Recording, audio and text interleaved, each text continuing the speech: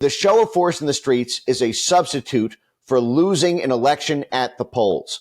And when you can call an opponent an authoritarian tyrant who's using extraordinary measures to crack down on the people's will, it justifies the people taking extra legal actions to depose that dictator. That is why Gene Sharp is their guru. That is why the State Department, USAID, and the CIA hands out copies of Gene Sharp's From Dictatorship to Democracy at every single protest and activist event.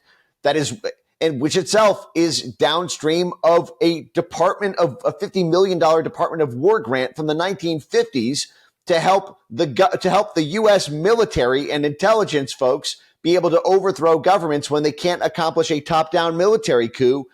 They perfected this bottom-up street paramilitary coup. And this is how George Soros started his career with the Blob in the 1980s, helping this happen inside of Poland with the Solidarity Movement, helping this happen inside of Hungary, helping this happen inside of Romania. And this is why these Soros foundations, who were funded by the U.S. government and working hand in hand with USAID and NED, ended up having such big influence there in those countries when the Cold War ended, and how George Soros got to be such a big part of American NATO policy. He wrote The Future of NATO around how essentially the United States should use NATO as a civil affairs weapon in the 1990s, at a time when people thought NATO should be disbanded because the Cold War is over.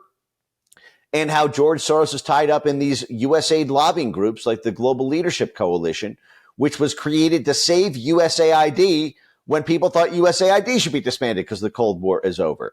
And of course, it was President then Bill Clinton in the 1990s, and the Bill Clinton, Hillary Clinton, George Soros relationship has been thick as thieves for 30 years.